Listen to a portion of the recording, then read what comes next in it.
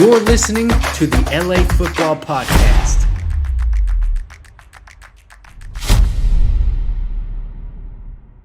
Hey, Los Angeles. Welcome back to the LA Football Show. It's your Trojan Huddle on the LA Football Show, live on the My Dear 1090 ESPN Radio. Excited to talk some Trojans football. National Recruiting Day officially just passed us.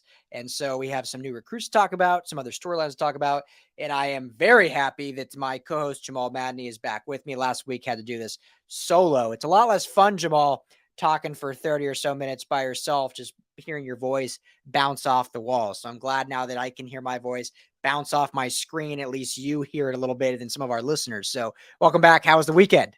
Thank you, Ryan. Absolutely. I missed you. You know, I was in the Bay Area for the weekend and had an opportunity to visit some friends. And you said that it's lonely to do the show on your own. Well, I was having withdrawal. I mean, imagine sort of talking to yourself in the car and talking to yourself on the plane and then talking to yourself in the shower. That was my state last week. So it's great to see your lovely face and do this, and excited to talk about the men of Troy and the compelling recruiting season that they've had, or not, according to some. So excited to get into it with you.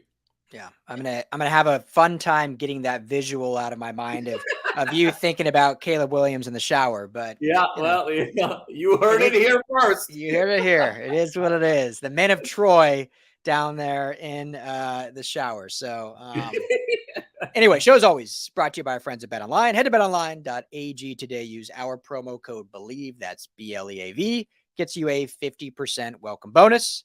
Tell them the guys at the LA Football Network sent you. So, Jamal, we'll get. Let's start with National Signing Day. First of all, let me ask you this before we even get to that, just because it's a topic I've always thought about. So, end of January, beginning of February, always in that time frame, they call it National Signing Day. But then now, in the recent history, they've added a signing day in December, which in reality to me feels like more National Signing Day because a lot more people commit then. What's your thoughts on the two signing days split up by like 40 days? It's so weird to me. Like, why not just stick with one? Yeah, Ryan, it's bizarre. I think we've gone into an era now where everyone recognizes National Signing Day as that day in December. And February is kind of for the folks that are either really on the fence or something has happened where they've needed to open up their recruiting or they've got a change of heart or what have you. But it definitely feels like the undercard to the main event in December. So I'm with you, Ryan. To me, December is National Signing Day, capital letters, and this is National Signing Day, lowercase letters. Yeah, it's. I remember when I first kind of started. Obviously, I've followed college football a long time, and I actually started covering USC and UCLA, and so really had to kind of get into recruiting and that trail. And I was like, I don't remember there being two signing days. Like, I just thought there was just one. And so it was the weirdest thing. But yeah, it's basically all the big storylines come out in December. And then I don't want to call them the scraps, but yeah, the guys that are either having second thoughts or just need more time or different situations like that. And, but it's still news. It still brings in more recruits to the school. And so for our USC Trojans, two big names that committed just a few days ago on National Signing Day, you get Walker Lyons, the big tight end out of Folsom, California, 4-star, 6'4", 230. He is like the 5th rated tight end in the nation, the 10th rated player overall in the state of California. So a solid recruit there. And what everyone wants for USC, another wide receiver, Jacoby Lane out of Red Mountain, which is in Mesa, Arizona, which will be right nearby here soon for the Super Bowl. 4-star, 6'4", 175. I do, Jamal, we'll get into these guys. I'll just say right at the top, I like his build considering he's, a 17, 18-year-old young man coming into college. He's going to put a lot of meat. 6'4" in height, 175 right now means in 2-3 years, we're looking at maybe 210 and having a frame that the receivers in the USC room aren't really built like. So that's kind of one takeaway from that. But your thoughts overall on these two big name 4-star recruits? Yeah, Ryan, I'm actually really excited about Walker more so than anything else because of who else he was getting recruited by. USC has not historically been a tight end shop in the way that some of the other universities has been. Obviously, USC the last 10 years is known for being wide receiver U. And so the fact that this young man was getting recruited by Georgia, who arguably has the best tight end room in the country. They got a lot of best rooms in the country, but they got the best tight end room in the country. And then was also being recruited by Utah, that arguably had the second best tight end room in the country.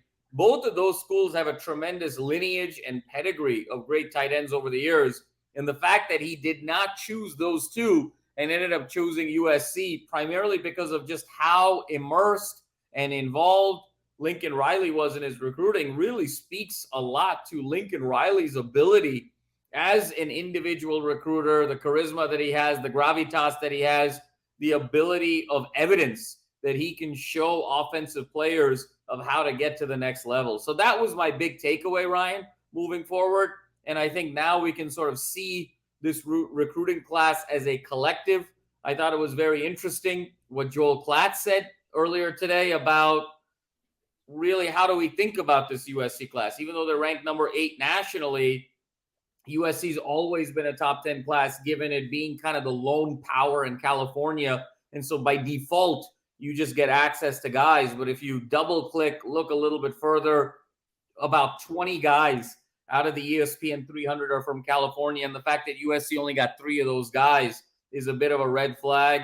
And they got out recruited in California by Oregon yet again. So a little bit of a disappointment, I would say, in the first full year that Lincoln Riley has had with USC. Now, obviously, we have to look at things in totality because the transfer portal has been so great to USC. They're a top 3 recruiting class from a transfer portal perspective, particularly the big guys that they've gotten on defense with the likes of Anthony Lucas, with Sullivan from Purdue, with Keon Bars from Arizona, Jameel Muhammad and Mason Cobb at the linebacker spot. Those 5 guys in the front 7, I think, are the big difference makers and the truly big headliners for this recruiting class with of course, Dorian Singer on offense. I think those 6 kind of make up this recruiting class.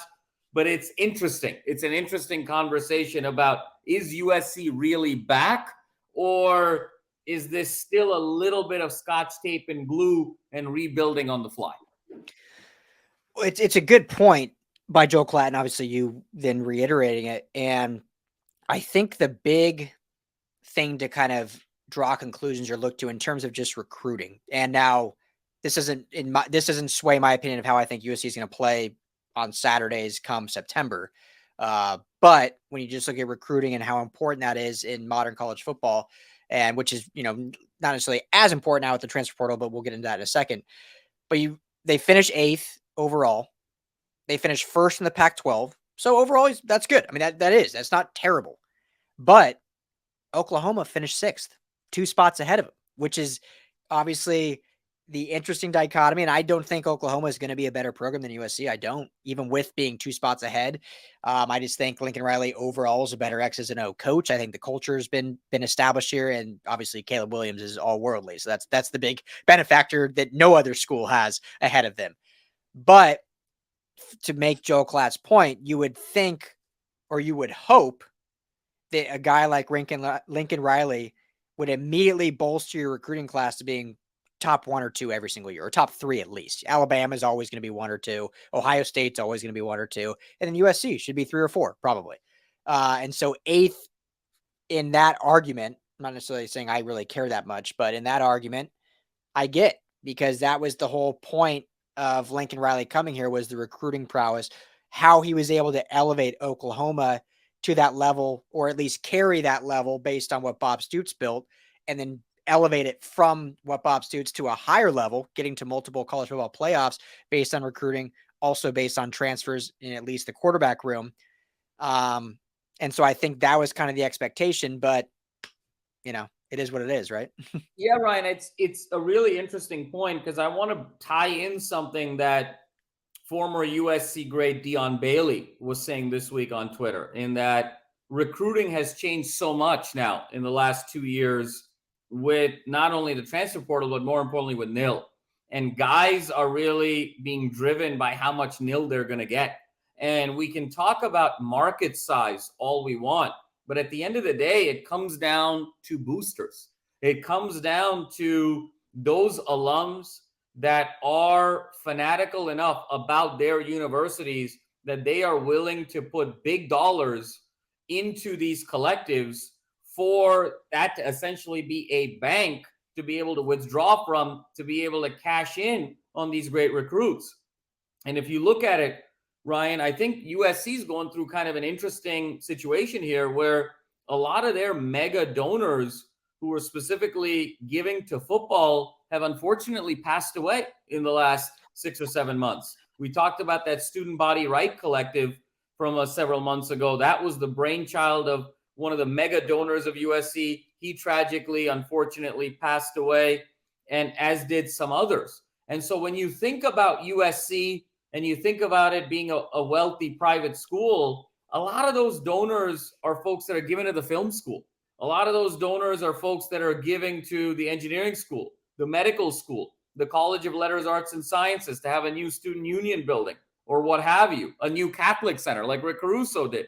So the number of boosters, true mega boosters for football that USC has, while USC has more money than, say, a Washington State or an Arizona State or an Oregon State, certainly, I don't think USC has enough money to compete with the likes of the Alabamas and the Georgias and the Ohio States and the Michigans and the LSUs to that extent. And I think what Dion Bailey was saying is that who's ultimately responsible for recruiting now? Is it the boosters? Is it the university to facilitate these partnerships? But it seems like the coach, while they have a great deal of influence of being able to get you to the next level, ultimately the coach is not signing checks from his or her bank account. It really comes down to these collectives.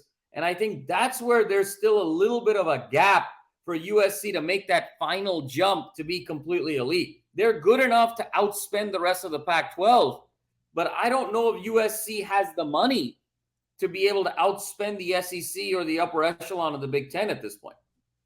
Yeah, it's a great point. And in my opinion, how that gets somewhat rectified and how I think, again, this is just me thinking out loud, how I've kind of see it starting to shift, and then it hasn't got to that point yet, but hopefully we'll see it continue to progress, is how Lincoln Riley has done such a good job of bringing back the past players and the alumni, specifically in the football program.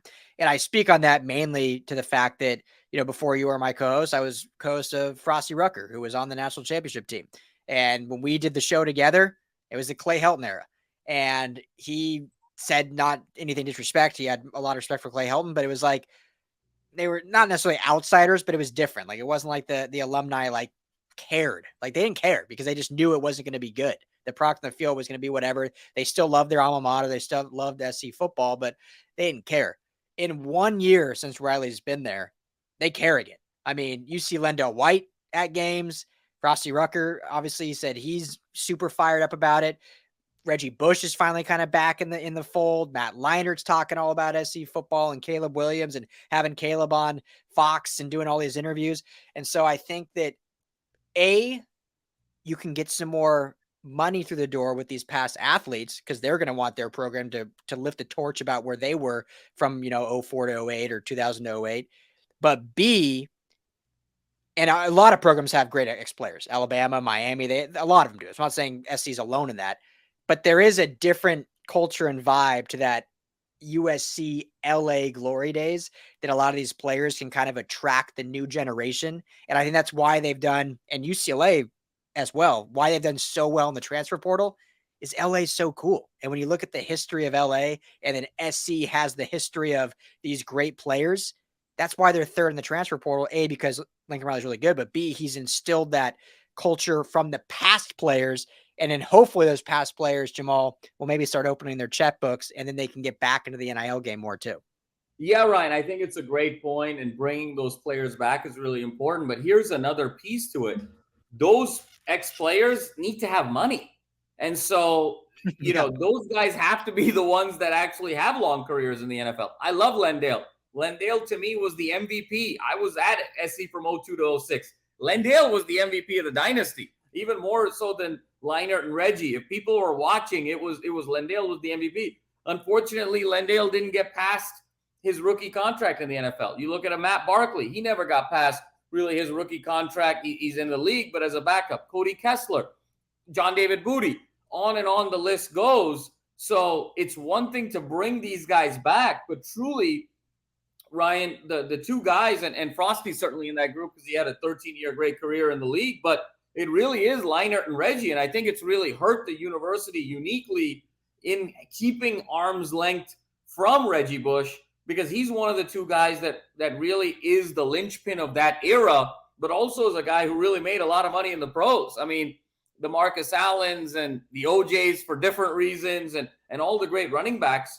of the 70s and 80s and the 60s didn't make the kind of money that is being made today. And so how many USC players are really making bank right now versus the guys from these SEC schools that are signing these $150 million contracts? So I think Caleb Williams is going to play a really important role in SC's future moving forward. But it also begs the question, Ryan, that where will some of these guys see their allegiance? Like take a Jordan Addison, for instance, who's really set up for success to make big money in the NFL. Jordan Addison played 9 games for USC.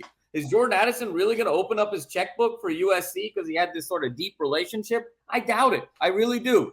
Are some of these other guys is Dorian Singer, if he blows up this year and then goes to the league, is he going to really open up his checkbook to USC? I doubt it. I really do. A lot of this is very transactional. So SC's kind of in an interesting spot here strategically. It's not that they can't get out of it, but I think it's going to require more thought than just the simple notion of, hey, let's just sort of bring it back like the Pete days and open up practice and make it Hollywood. I think there are real economic and financial considerations that make this a much more complex era than the Pete Carroll era 15 years ago. And the last thing I'll say there, Ryan, is Leinart had that great segment earlier this year where he walked on USC's campus and he's like, can you tell me who number 11 of USC is?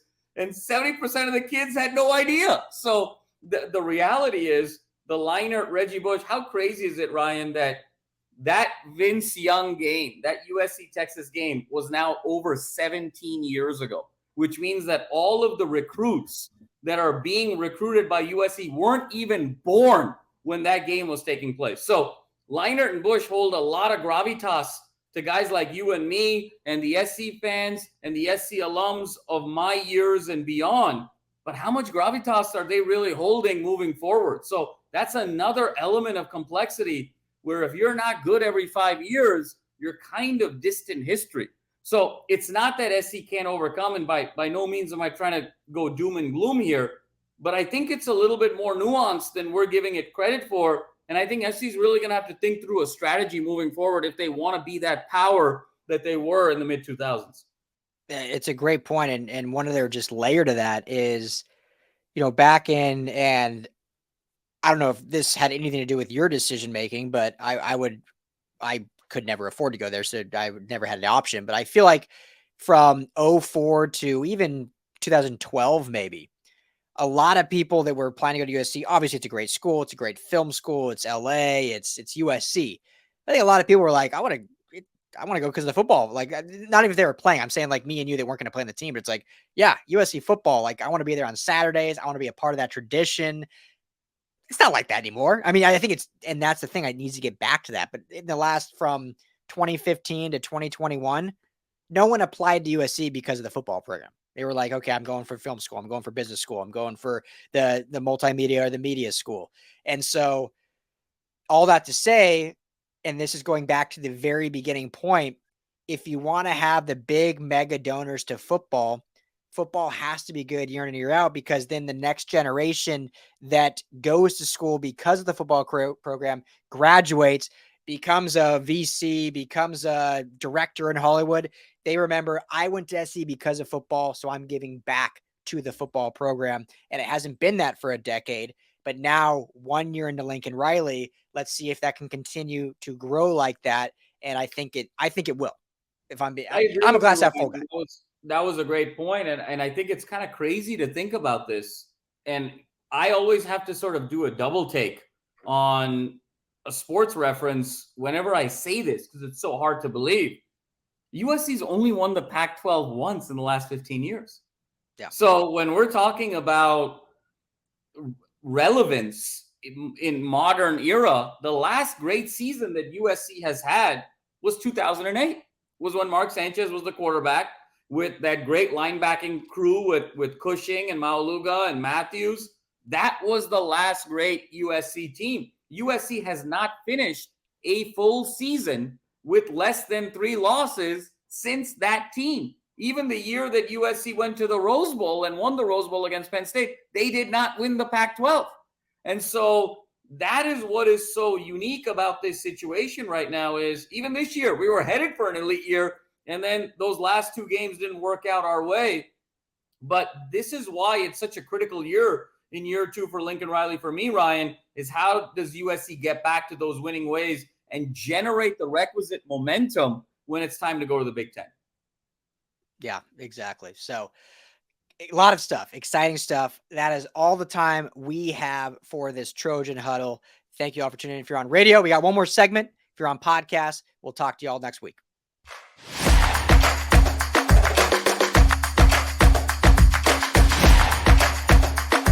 You're listening to the LA Football Podcast.